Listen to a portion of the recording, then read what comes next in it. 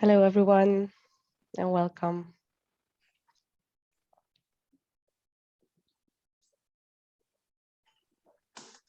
We will just wait a few seconds.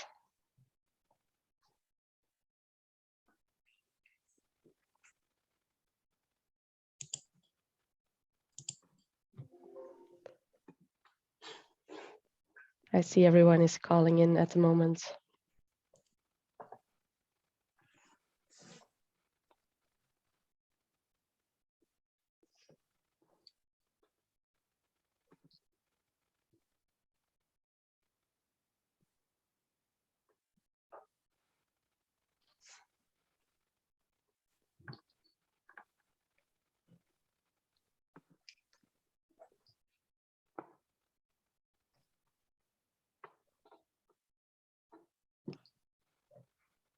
Welcome, everyone, to the webinar.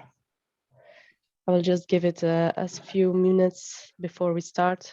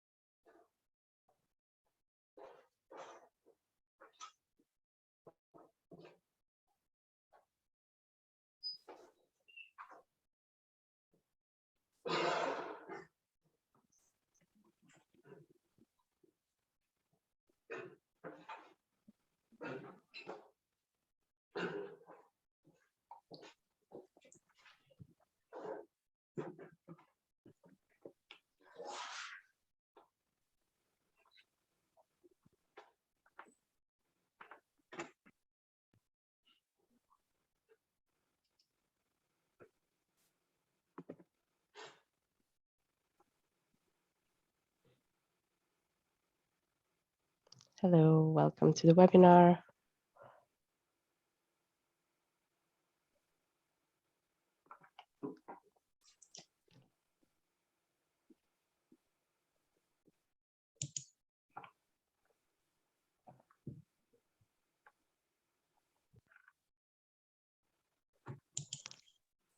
I'm just giving some time to everyone to log in.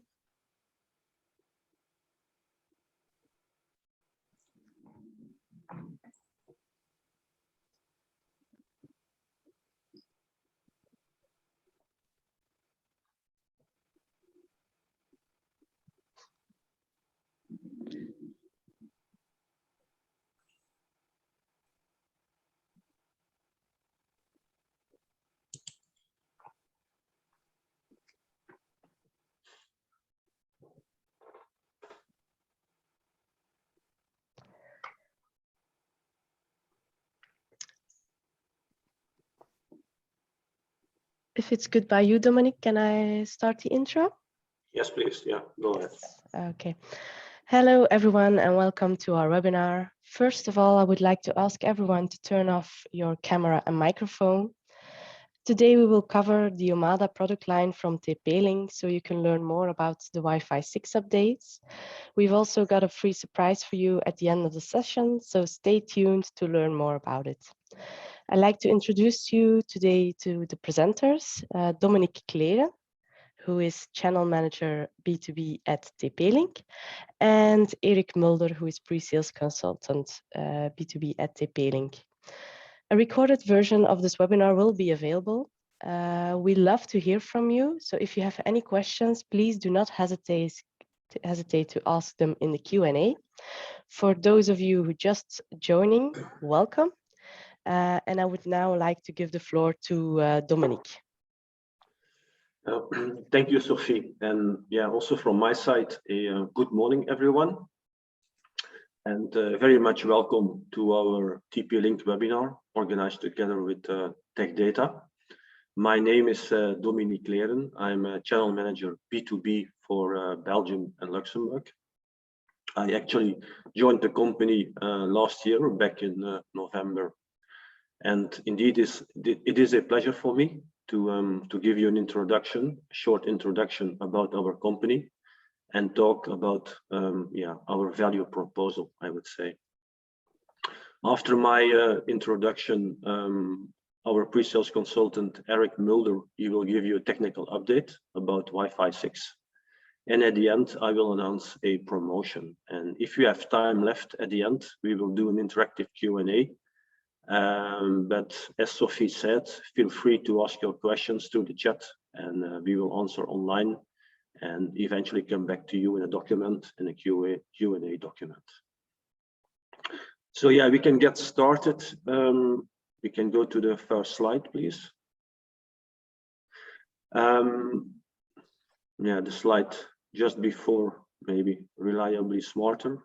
Yes, so as you should be aware by now, our flagship solution, B2B solution, is called Omada. And I hope that you will understand why it's reliable and why it's smarter after this seminar. But basically, it's a software-defined platform, an SDN platform, integrating access points, Wi-Fi 5 and 6, switches, and the VPN gateway, and it provides 100% centralized management. Next slide, please.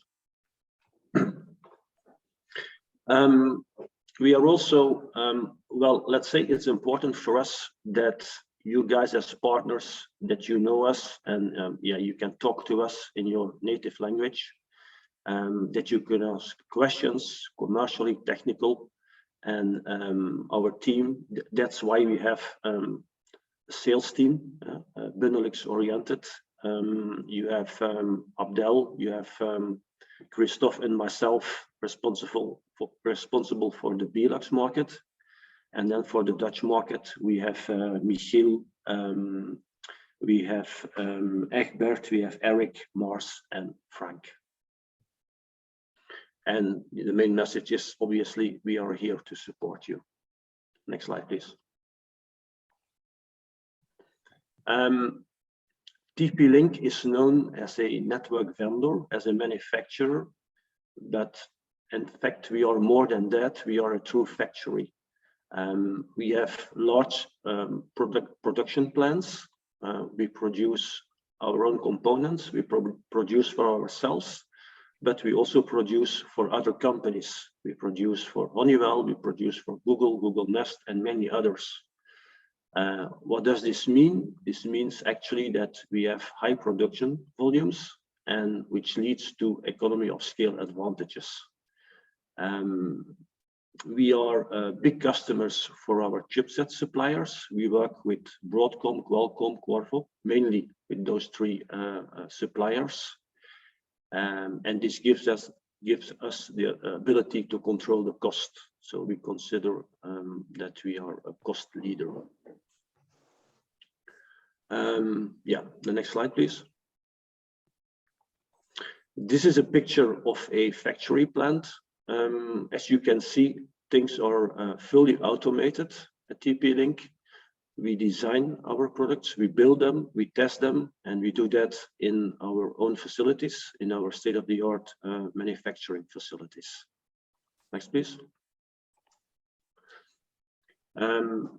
We produce all the components ourselves. So as you can see on the picture, we produce the cover, the antennas, the shells, etc. The only thing we don't produce are the chipsets, the Ethernet chipsets, the Wi-Fi chipsets. They come from Qualcomm, Broadcom, Qorvo. And for us, it's important that we can ensure high quality. And so we use high quality components from A-grade companies, premium enterprise companies. And that's what we want to achieve, and also keep control over the components at the end and of the supply chain.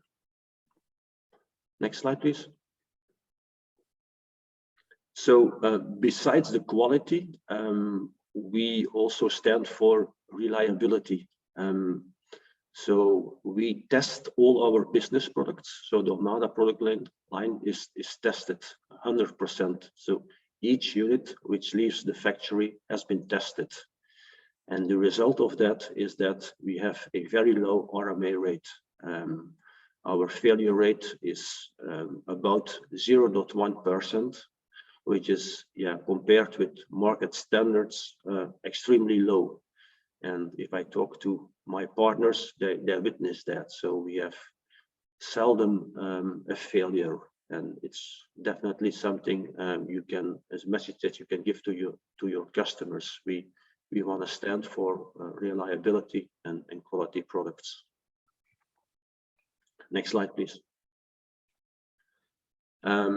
We are also very proud to be in the Gartner Magic Quadrant. It's the quadrant for enterprise wired and wireless LAN. The latest report is from November 21. You will see there that we are niche player, or I would say still niche player for 3 consecutive years. What's also remarkable is that some of our competition, like Ubiquiti, has been removed from the Gartner report. There is many reasons for that, other companies too.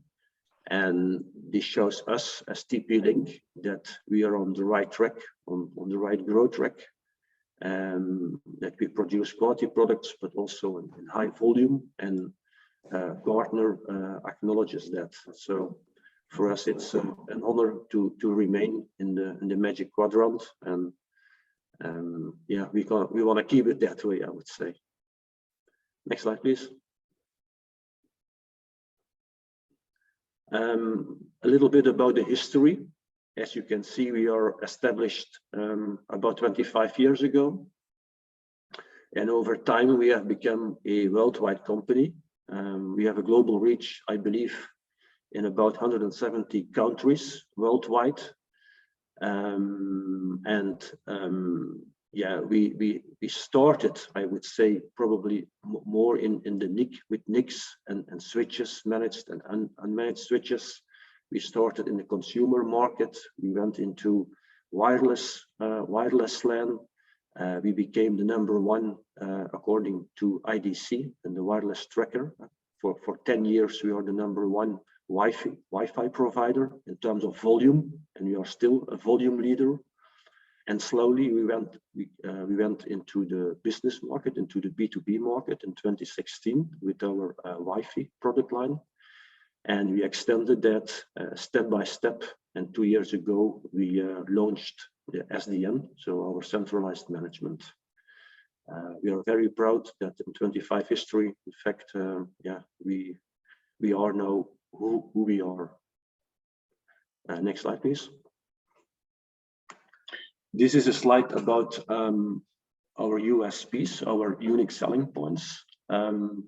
It's important for you, I think, as partner to understand those selling points, because at the end, if you talk about USPs, you talk about value selling. It's a strategy which I always try to use in the field, because at the end, what is value? Value is about benefits minus the cost. So what your customers prepare to pay for our solution. And to do that, you have to understand the benefits. And what are the benefits? Those are quality elements and quantity elements. And I think this slide shows more or less, it's not, I would say, it's not the full picture, but at least it gives you an idea of those quality elements. And one of them is the warranty.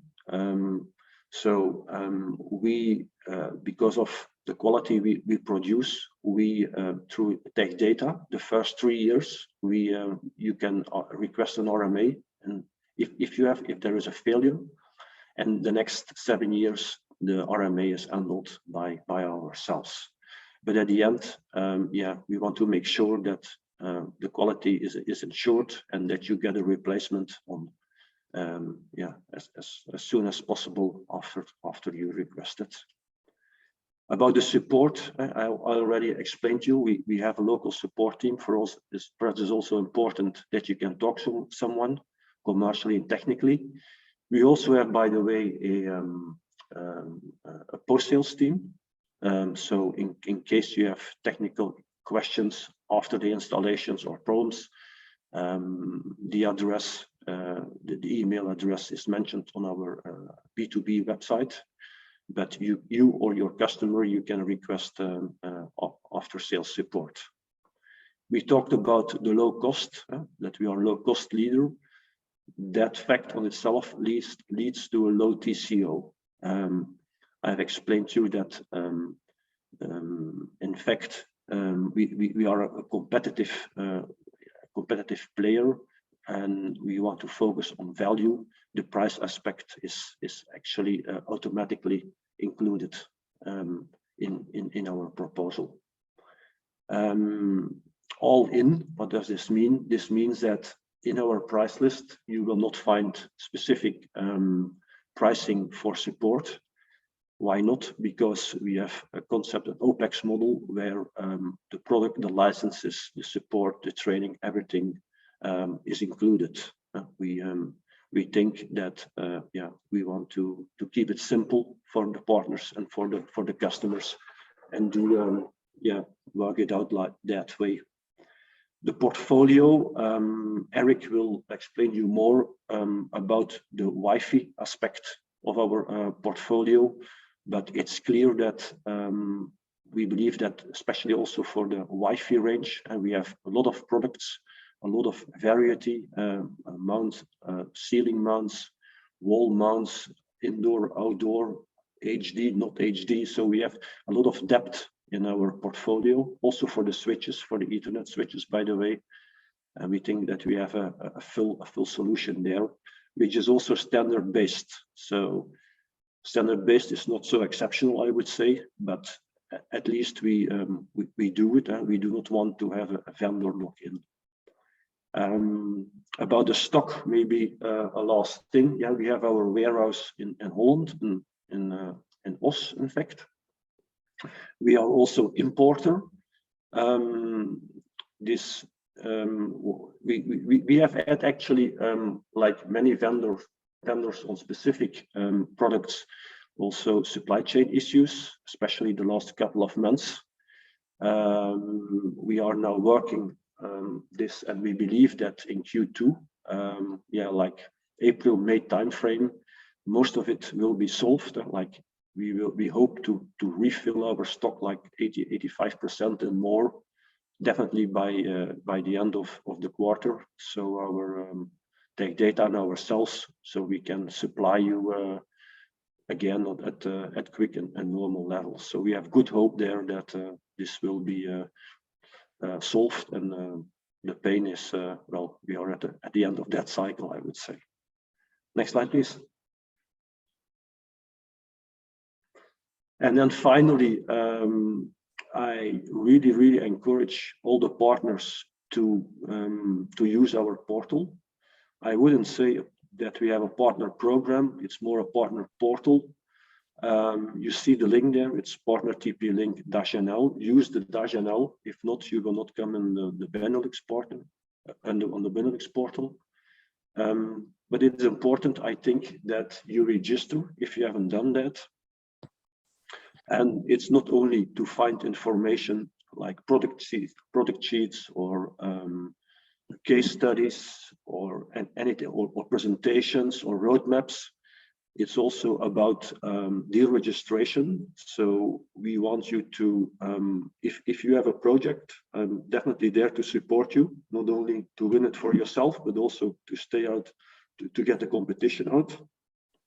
So if you feel free to contact me, if you have a project which you feel you are in the lead, I will support you there, and then we can work that out, and we can give you extra margin through a deal registration process.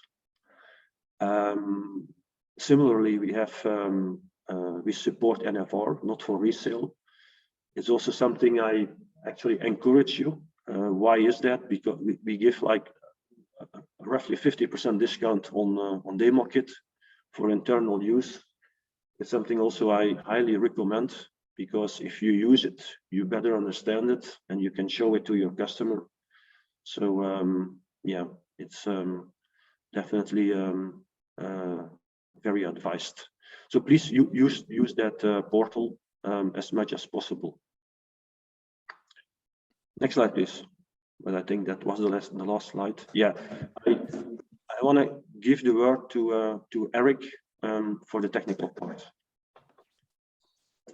Thank you, Dominic. Also from my side, welcome at this TP-Link Tech Data webinar. Yeah, it's up to me to guide you through the worlds of Wi-Fi 6 and more in particular our offering for Wi-Fi 6 in this area. So yeah, without further ado, let's get started.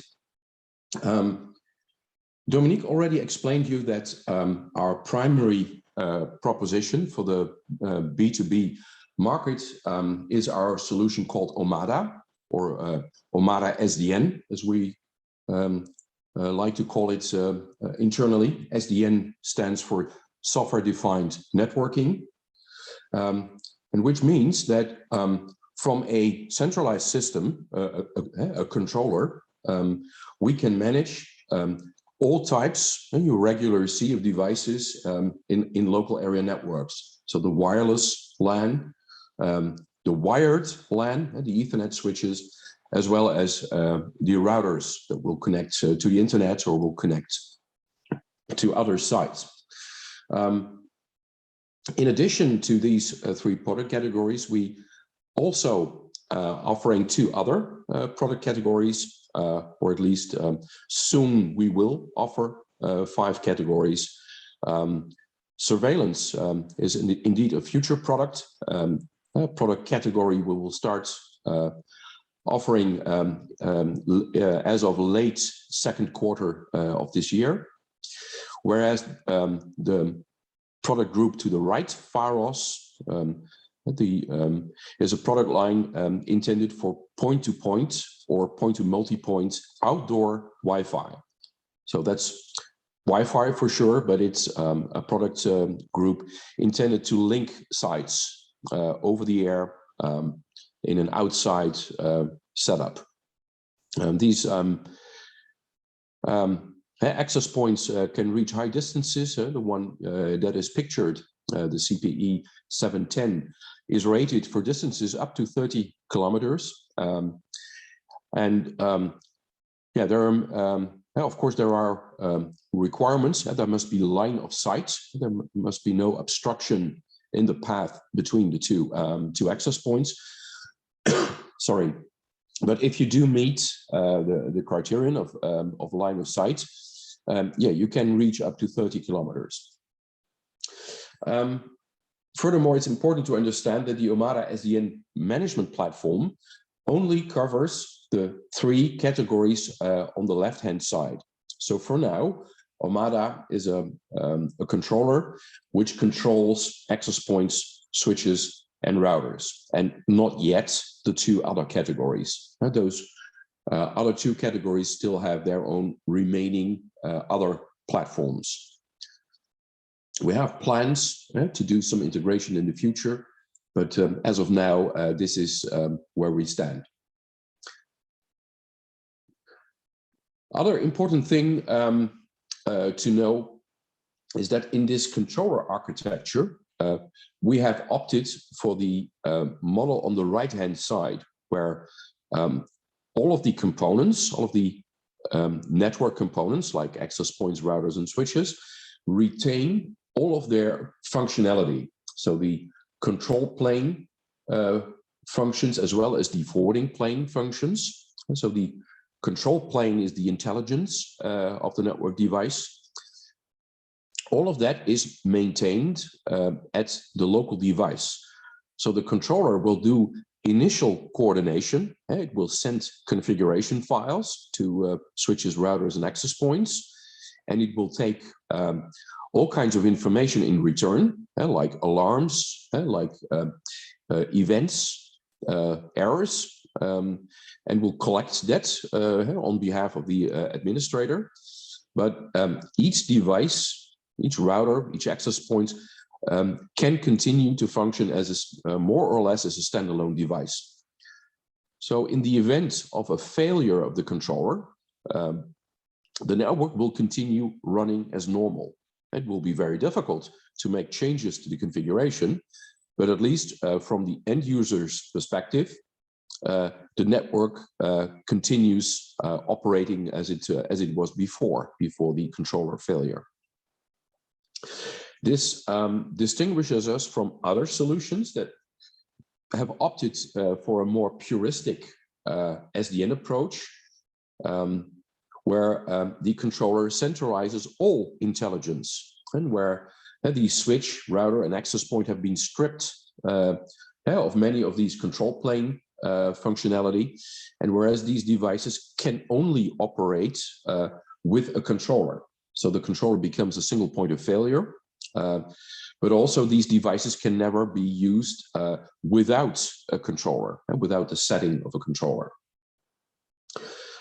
So it's important to understand that we can reutilize our products, our switches, our routers and access points in a standalone fashion after they have participated in a controller-based setup.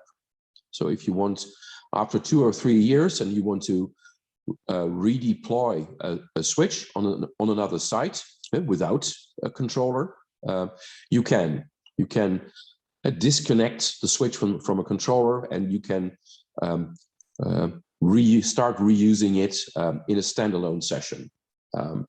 So that is something which at least not all of our competitors do, and that's where we have made a clear choice for this lightweight controller approach. When it comes to choice, we offer you the choice of multiple flavors of controller.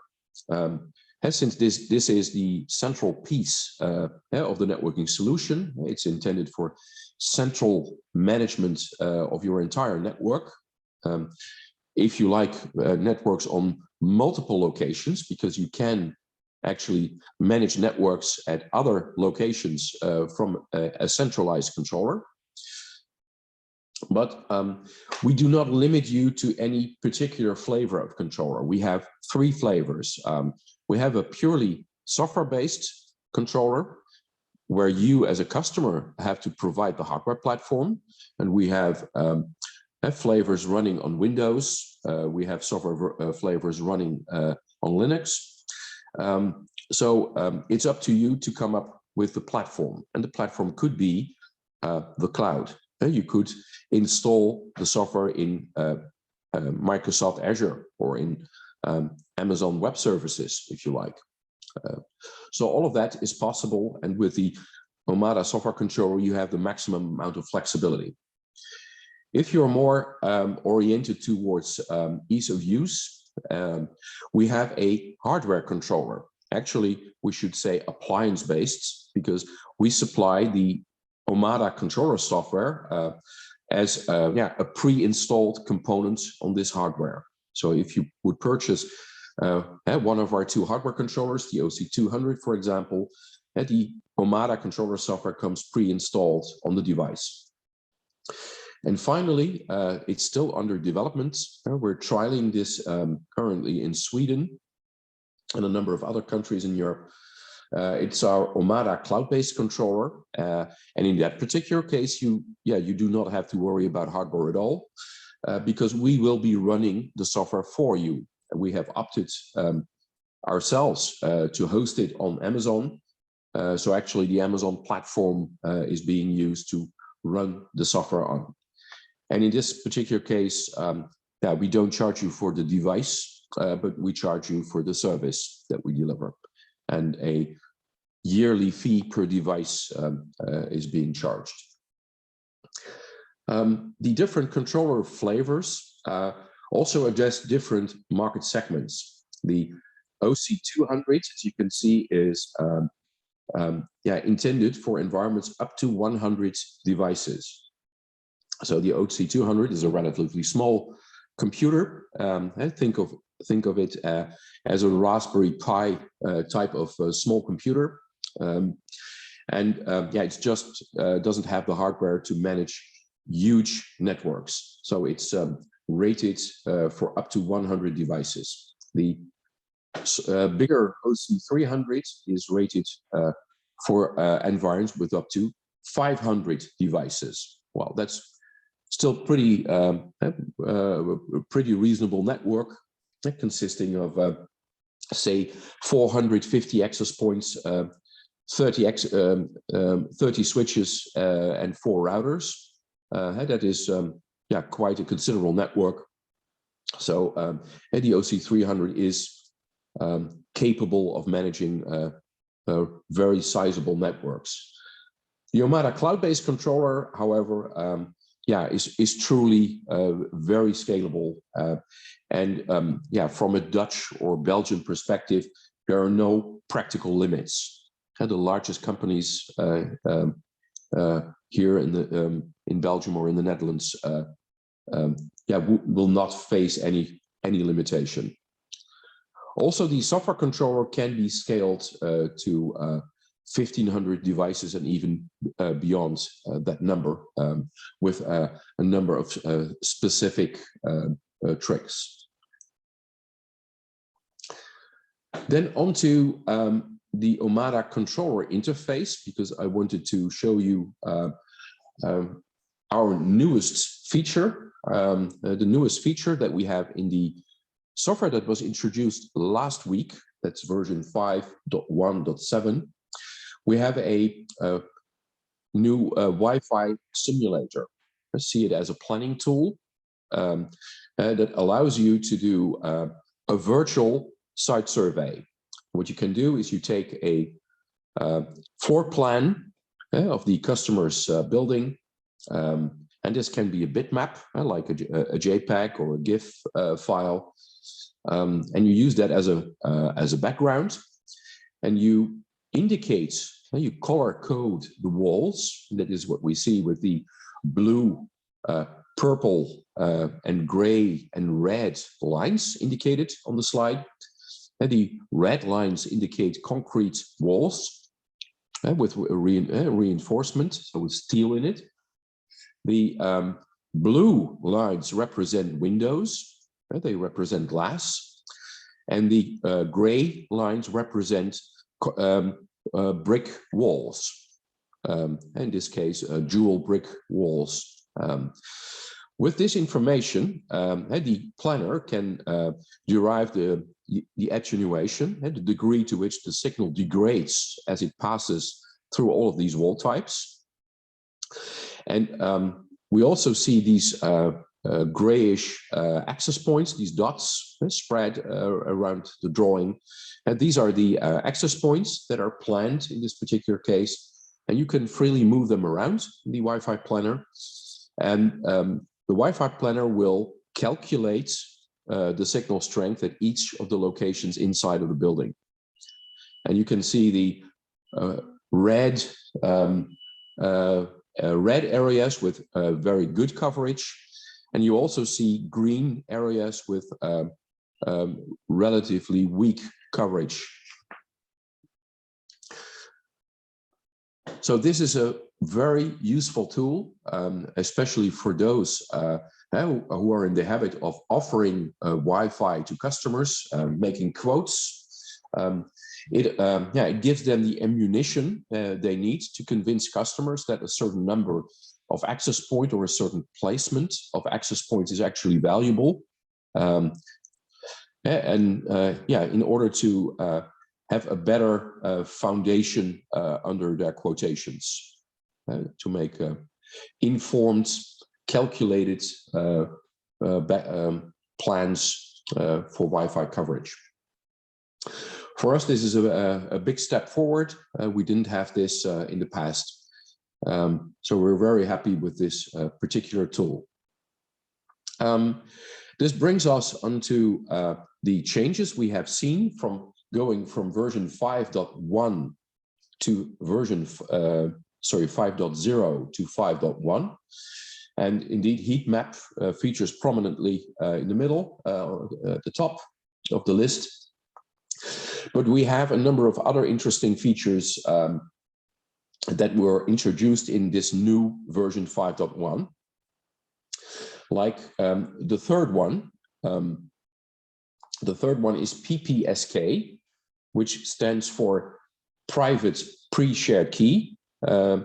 And private pre-shared key is a way where you generate not just a single key for a shared Wi-Fi network, where all users share the same Wi-Fi password, like with the WPA personal, but we generate as much keys as there are users to the network. So if you have 50 employees at a particular site, you can generate 50 private pre-shared keys. Every employee will get a single key, and every employee uses its own key, the personal key assigned to this person. And that's the whole idea behind private pre-shared keys. So it's something of a middle ground in between WP personal, where all users share the same key, and WPA enterprise, where all users authenticate against a centralized database, user database, and where all users have a key, a unique key for the session. So not just for the person, but for the session that's actually running at a particular point in time. But the WPA enterprise has a lot of lots of requirements. So in many small to medium-sized businesses, this WPA enterprise is not standard practice. It's not implemented most of the times. Other features we introduced in 5.1 are the USB LTE. Our routers have gained a USB port, and this USB port is intended for use with USB 4G dongles that will allow our routers to function as a 4G router, either as 4G as a primary network interconnection, or 4G as a backup connection to the internet. Obviously, if we introduce that into our routers, and yeah, this Omada system is an integrated system, the controller has to be aware of this as well. So this is why we introduced USB LTE in the controller as well. A final feature I want to dive into is the final feature on the bottom of the list for 5.1 that says FTP, TFTP, SFTP, and SCP backup, meaning that for the first time now we can make offsite backups. And it was possible for a long time to create backups of the controller configuration, and that could be done to the local USB port of the controller. But it was not possible to bring these backups off-site, so to transport other than physically taking the USB storage device and taking it into your car and drive to a separate location. Now we can make backups to file shares and that are available over FTP, secure FTP, or over the secure copy protocol. That's part of the SSH protocol suite. Version 5.2 will come in about a quarter of a year from now, and we launch new versions, new major releases in a quarterly interval. So the version 5.1 is scheduled to be released in the final part of the second quarter. So by the end of May or the first half of June. Many of the features we see for 5.1 are features that are targeted at our routers, like the introduction of multicast DNS, and it's very valuable for Apple users, users of Apple iPhones, iPads, and iMacs, because this supports the Apple Bonjour protocol, a protocol where Apple devices will be able to find them each other, and where Apple devices such as iPads will be able to automatically find printers, so that you can automatically print using the AirPrint protocol. We lacked support for Bonjour up to now. So with the introduction of this particular feature, we will get a lot more friendly towards Apple users. Other area, DNS, we will start supporting DNS. Right now, we could never run DNS on our routers locally, but with the TP-Link Cloud, we will offer dynamic DNS for all Omada users. And this DNS support is also encrypted. And we support a number of these DNS secure protocols. So the actual DNS traffic flowing in between clients and the DNS server will be encrypted. There are many more features, too many to dive into right now. So let's move on to the main course, Wi-Fi 6. And Wi-Fi 6 is, as of now, the latest of the Wi-Fi standards. Wi-Fi 6 was introduced in November of 2019. So effectively the first products, or at least most of the products, arriving in 2020. What we see here on this slide is like the yearly report for Wi-Fi, and we can see that in the year of 2021, 4.2 billion devices with Wi-Fi were being shipped, and this includes all types of devices, ranging from smartphones to tablets to PCs, but obviously also to wireless network adapters, Wi-Fi access points, wireless routers, and these MiFi or power line adapters with Wi-Fi built in. As we can see, if we look at about 8 o'clock in the drawing, we see 2.2 billion Wi-Fi 6 device shipments. So in the past year, just over half of all devices already were of the Wi-Fi 6 generation, and 338 million, and we see that at the bottom at 6 o'clock in the picture, of Wi-Fi 6E devices. And yeah, many of you may ask, what is Wi-Fi 6E? Well, Wi-Fi 6E is, of course, Wi-Fi 6. It's the same technology as Wi-Fi 6, but Wi-Fi 6E operates in a band, a frequency range that was not used by Wi-Fi before. The Wi-Fi had always been used in the 2.4 and 5 gigahertz bands, and as of last year, the European Union allowed the use of the 6 gigahertz band, and we'll see this in more detail in just a few minutes.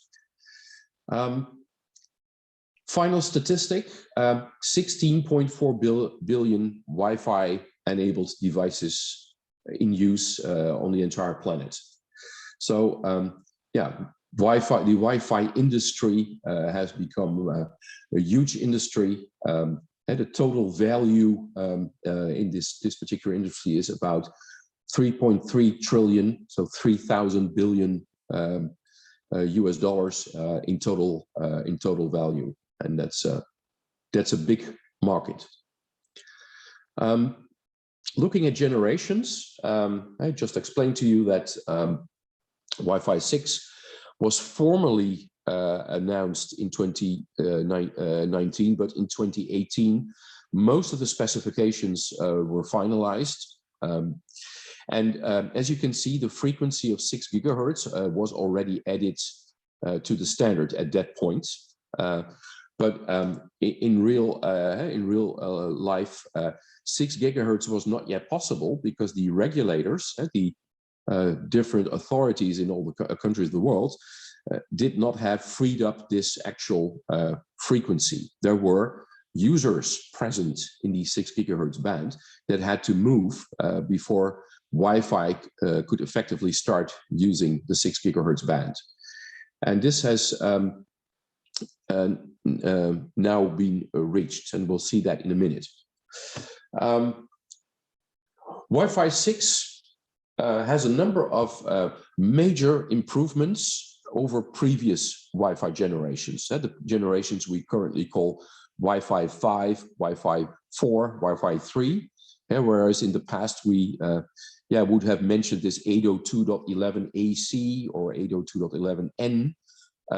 Well, for most users, this was a bit too complicated. So the Wi-Fi Alliance has started to call these previous standards and to rename them and call them after their generational number, like Wi-Fi 6 for the 6th generation of Wi-Fi. I won't go into each of these technologies, but multi-user MIMO and OFDMA are two of the most prominent features. Just looking ahead, yes. OFDMA is like is equivalent, and it can be compared to the fact that if you have 3 users that all simultaneously want to do some kind of transfer between the access point and their laptop or tablet, they can make use of a single truck. So the cargo for each of the 3 users is put together in a single truck, and with just a single truck trip, the information for these 3 users can be transported. Previous to Wi-Fi 6, each user would have its own truck, and these trucks would have to drive. Each would have to drive their simultaneous drive, and not simultaneously, or at least there were limits to this. Because multi-user MIMO actually means having multiple trucks drive at the same time. And of course, they could drive for different users, the yellow, blue, and green user. But you can also have a combination of both. So where you have one of the trucks filled with green, another one with blue, but where the truck with the yellow content is then, there is also other green and blue content added to it. So the combination of these two technologies delivers both a lot more capacity, MIMO, because there are multiple trucks driving at the same time, and multiple spatial streams, as we like to call it, means more capacity. And OFDMA means more capacity, efficiency. The better use of the truck, where all the space in the truck is being used by payload, increases efficiency of the Wi-Fi network a lot. So OFDMA reduces latency, increases efficiency. Multi-user MIMO increases the capacity, the ability of the network to service many more users at the same time. Because we are able to serve a lot more users in Wi-Fi 6, the usage scenarios, the use cases we see here, large public venues like stadiums, convention centers, outdoor concerts, for example, transportation hubs like again stadiums, but it may also be a railway station, it may be an airport, and we have large numbers of users at the same time, but it may also be education, like university campuses with a large auditorium with hundreds of students, or, and that's one other example of huge numbers of devices is in IoT, where the users may not be real users, but there may be devices like sensors that will do recording of temperature or humidity or the amount of daylight, and where these sensors are placed in the city or in factories in very high densities, in very high numbers. Previous generations of Wi-Fi were unable to cope with the number of simultaneous devices that are made possible with Wi-Fi 6. So Wi-Fi 6 actually has truly has become the highway with separate lanes for each direction, and where with the 8 special spatial streams supported, it's like 8 motorways that operate at the same time, where you have your own personal highway, superhighway, bidirectional. We support MIMO both in the upstream as well as in the downstream direction at the same time. All of this has been made possible for Wi-Fi 6. So some of these MIMO and multiple stream technology existed in Wi-Fi 5. It has been perfected, has become bidirectional, and for more users simultaneously with Wi-Fi 6. A final new era is beamforming. Beamforming as a technology is not new, and it has been implemented in radar as early as during the Second World War. But beamforming has come to Wi-Fi big time with Wi-Fi 6. And beamforming allows us to deform the area of coverage. And we see the access point in the middle. And the access point normally, when it has a number of antennas, would have this area you see in the left-hand side of the diagram, a slightly irregular, little curvy area. What beamforming does is it will triangulate the location of the device. So it will triangulate the location of the smartphone and tablet in this example relative to the access point. We'll see that a device at 2 o'clock and a device at 3:30. And it will increase the signal strength into the direction of the device. So the area of coverage will be extended a bit. But since beamforming doesn't increase the overall power of the radio, other areas will have less coverage. And you see at 3 o'clock in the diagram, you will see a hole, an area where there is less coverage. And the coverage area of the access point reaches not as far as it did previously to switching on beamforming. So beamforming aligns the signal with the user at the expense of having some coverage holes in areas where there are no users. And that's something we can live with, I guess. Back to the 3 channels.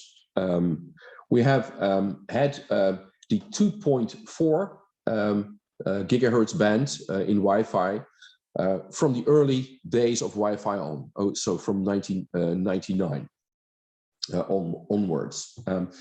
And during this time, always only 3 channels were available. 3 non-overlapping channels, that is, channels 1, 6, and 11. Those are available on a worldwide basis. Here in Europe, also channels 12 and 13 are available.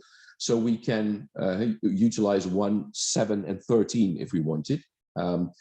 We can also aggregate these channels to a single 40 megahertz wide channel, but then we have no more options to aggregate any further. When the 5 gigahertz band was introduced, a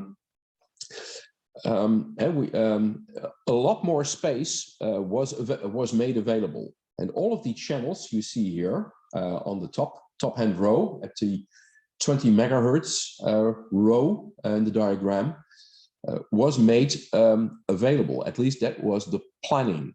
But the gray area in the middle eventually was not released for use for Wi-Fi. So the military users that occupy that particular area of the spectrum never went away. So although it was planned to have Wi-Fi allowed for that particular block eventually, this never materialized. And it is it's more than 20 years ago since that was supposed to happen. So we do not count on it anymore. The yellow area, although allowed for use with Wi-Fi, also has another requirement, and that is that we do radar detection. This is an area, the yellow area, where radar applications are being actively used. Radar like in the ports of Antwerp, like radar for civilian or military aviation, or radar for weather radar purposes. And obviously with weather radar covers the entire country. So this radar, this radiation from radar is detected in the entire country. So all access points that detect radar must vacate that particular channel immediately at the moment they detect radar. So although Wi-Fi is allowed, Wi-Fi is considered the guest in these frequencies, and Wi-Fi must leave if one of these other radar users is detected.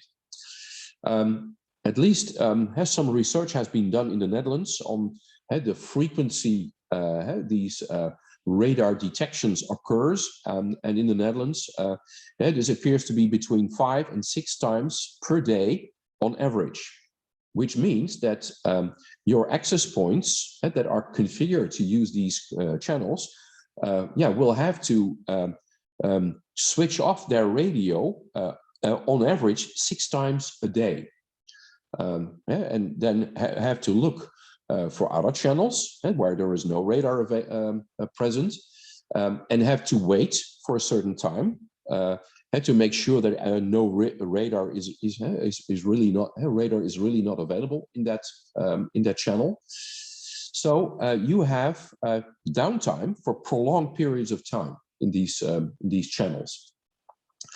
So the actual usage of the 5 gigahertz band and the actual benefits of the 5 gigahertz band in practice in densely populated areas like the Netherlands and Belgium was limited. So the Wi-Fi Alliance and the Wi-Fi manufacturers have been lobbying for years, for decades, I would say, to get additional spectrum so that Wi-Fi would have more channels available. And finally, this has come with the 6 gigahertz band. And we see the 6 gigahertz band at the same scale. And we see now that the green area is approved for use in the EU and in the UK. So in this particular area, the UK and the EU go side by side. No differences here. However, the US, Canada, Brazil, and a few other countries opted to give far more spectrum to Wi-Fi, and the gray area, which is currently not allowed in Europe, is allowed in the US, Canada, and Brazil. So they are the lucky bastards, between quotes, that will enjoy 53 channels of Wi-Fi utilizing 20 megahertz channels. And even if they aggregate channels, they still have large numbers of these extra wide channels available to them. If we look at the situation worldwide, these green countries, US, Canada, Brazil, I just mentioned them, they have opted for this huge area, this 5.9 through 7.1 gigahertz. The EU as of December 1st, 21 of last year, had Wi-Fi 6 in the 6 gigahertz band approved for use. Every member state had to embed it into its national frequency allocation plans.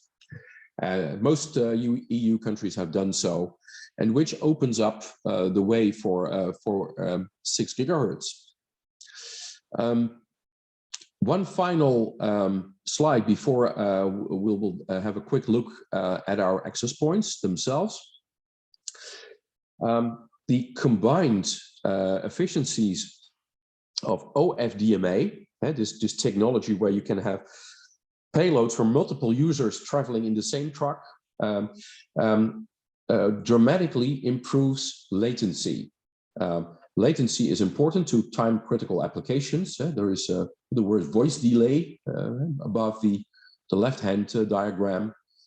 And we see that Wi-Fi 6, that's the light blue dots at the bottom of the graph, and they slowly increase while the number of users increases. But latency doesn't increase like the red and orange lines that correspond with the previous Wi-Fi generation, Wi-Fi 5. So Wi-Fi 5 actually performed pretty bad when it comes to latency. So for all time-critical applications, and that means telephony in all its different flavors, whether we're talking about a WhatsApp call over Wi-Fi or a soft phone with a commercial IP telephony platform or Zoom or Teams. All the audio travels many times over Wi-Fi. Wi-Fi 6 provides a lot lower latency, so Wi-Fi 6 can offer much better service for a lot more simultaneous users for these time-critical applications. A second one, and that comes from the improvements in the area of multi-user MIMO, but also, again, this OFDMA, because it's about efficiency as well. We see that the throughput of Wi-Fi 6, that's the light blue dotted line, remains nicely constant. So when we increase the number of users, the total bandwidth the access point is able to deliver remains more or less constant. So it ramps up from one user to the second user, but then from the second user on, it more or less remains on the same high level. In previous generations of Wi-Fi, we saw this rapidly dropping curve. So this very strange behavior that if you have a single user connected to the access point, you would be able to get very high bandwidth, like 300 or 400 megabits per second. But if you were to repeat your speed test with two users, the two users together, the two users combined, would not be able to get the same bandwidth. So whereas you would have 300 on your own, you would not get 150 each. Instead, you would get 100 each. And if you were to repeat the same test with 3, 4, 5, 6 users, you would see that the total bandwidth, the sum of the bandwidth of all users, would continue to drop. And that's the behavior we see in this particular diagram. So actually, previous generations of Wi-Fi were not at all well suited to larger numbers of users. Let's move on to the access points themselves. And I want to show the inside of our access points. This is the antenna plate that we see that's under the cover of our access points. This is an EAP 660 access point. It's a 4x4 access point, meaning 4 streams, 4 radios per band, 2 bands, 2.4 and 5. So we have a total of 8 antennas. And if you count them, you can see that there are 8 antennas on this particular antenna plate. If we remove the heat sinks and the covers, we see a Qualcomm chipset. Dominic told you at the start of his part of the presentation that we exclusively use Qualcomm, Broadcom, and Qorvo chipsets in most of our devices. Broadcom for Ethernet switches, Qualcomm, and to a lesser degree also Qorvo for Wi-Fi. And the 660 HD indeed uses Qualcomm. This particular chipset is a high-end enterprise-grade chipset intended for the highest performing and most reliable, most stable access points for business use. And we're in good company. Companies like HP, Cisco, Ruckus, Extreme, Juniper, all use to a certain degree these chipsets in their Wi-Fi access points. We opted to use for a chipset because we wanted to separate the analog and digital functions. The two chips on the right-hand side, the Wi-Fi chips, that operate in the 2.4 and 5 gigahertz bands, respectively, and they contain most of the analog electronics. And these analog components have been deliberately separated from the digital components to the left-hand side. And this allows for better signal-to-noise ratio, and this, in the end, leads to better speeds, more users, better signal strength, better stability of the signal. It also means that our access points are a bit bigger than some other access points, but we came up with the EAP 650, a new access point we introduced late in December of 21, a small form factor access point. And in the slides now, and we can see the size difference, 16 centimeters versus 24 centimeters, and that means a lot. On top of the access points, and we already told you about the fact that we more or less utilize the same types of chipsets. We have done some competitive comparison with access points from other vendors. This is one of the other vendors that uses exactly the same chipset. Here we see that on the whole, we provide very similar numbers, very similar statistics. There are some differences which can be explained by antennas generally. And also in the areas of throughput, the bottom line is we don't have to hide ourselves in comparison with the enterprise-grade competition, and not in the area of simultaneous streams, not in the area of distance of coverage, and also not in terms of performance, raw performance for certain types of traffic.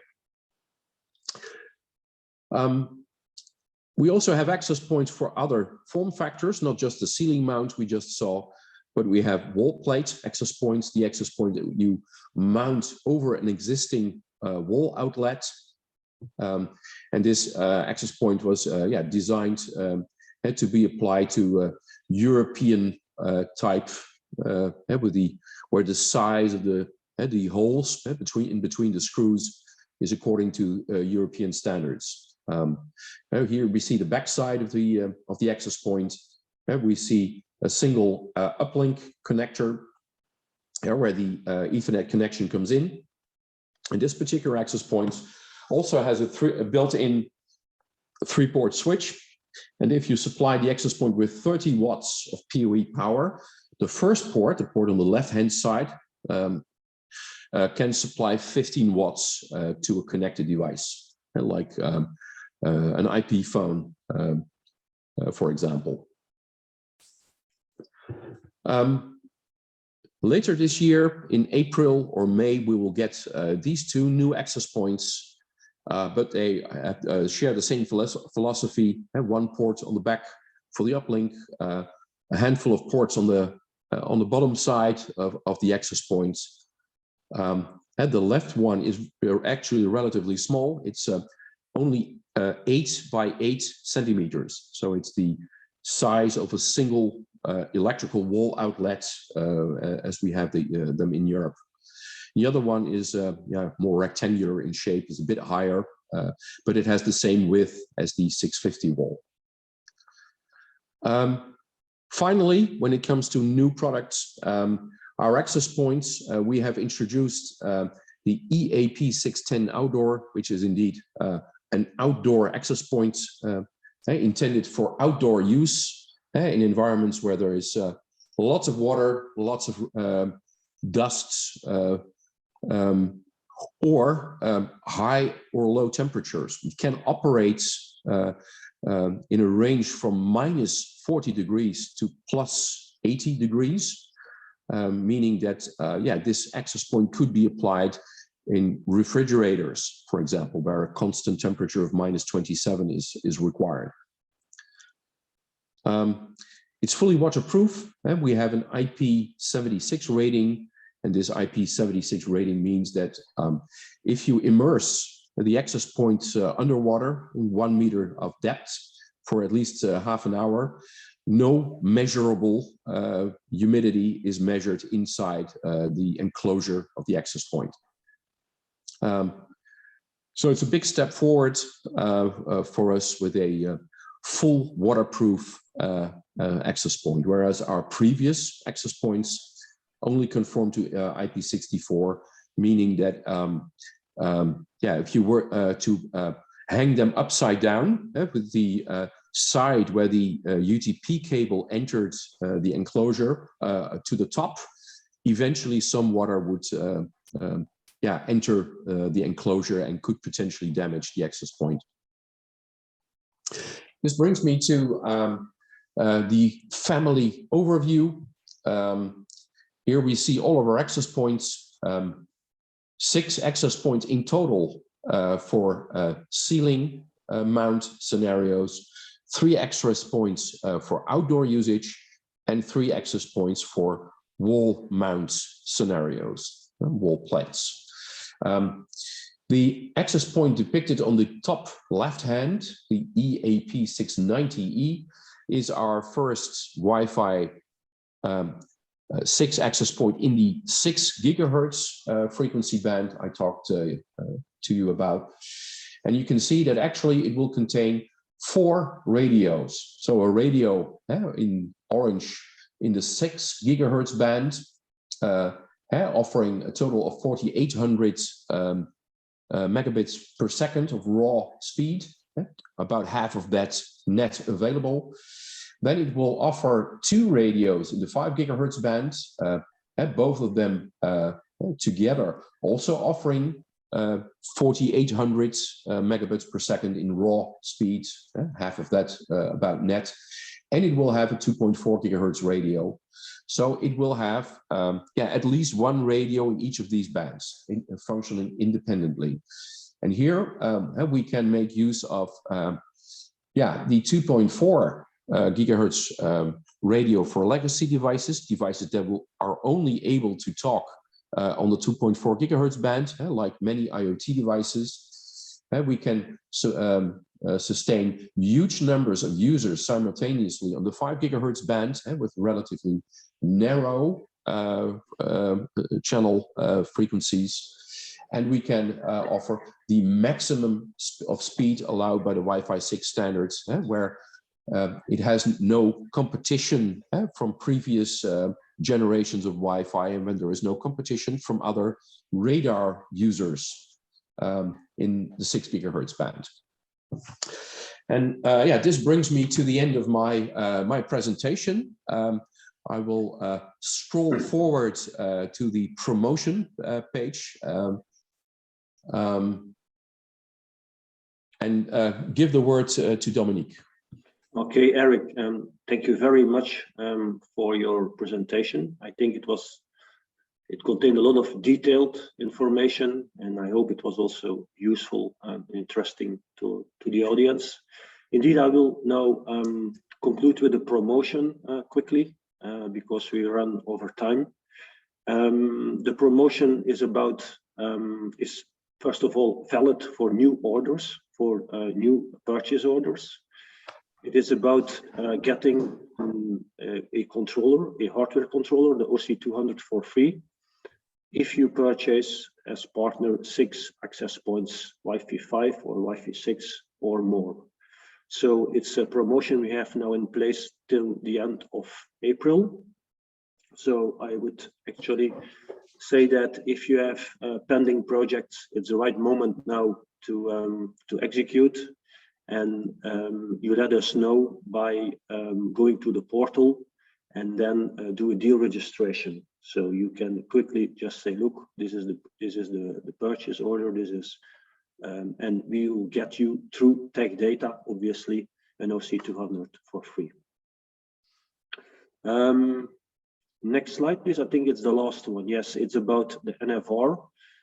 It's a similar thing. So it's not that NFR is a promotion, but I just want to remind you that also through the partner program and to the deal registration, you can get high discount on this kind of demo gear. Yeah, the last slide, I think. No, yes. So we will actually skip the Q&A. I saw a question from Mike. Mike, we will come back to you and answer that question in the Q&A and send you a document about that.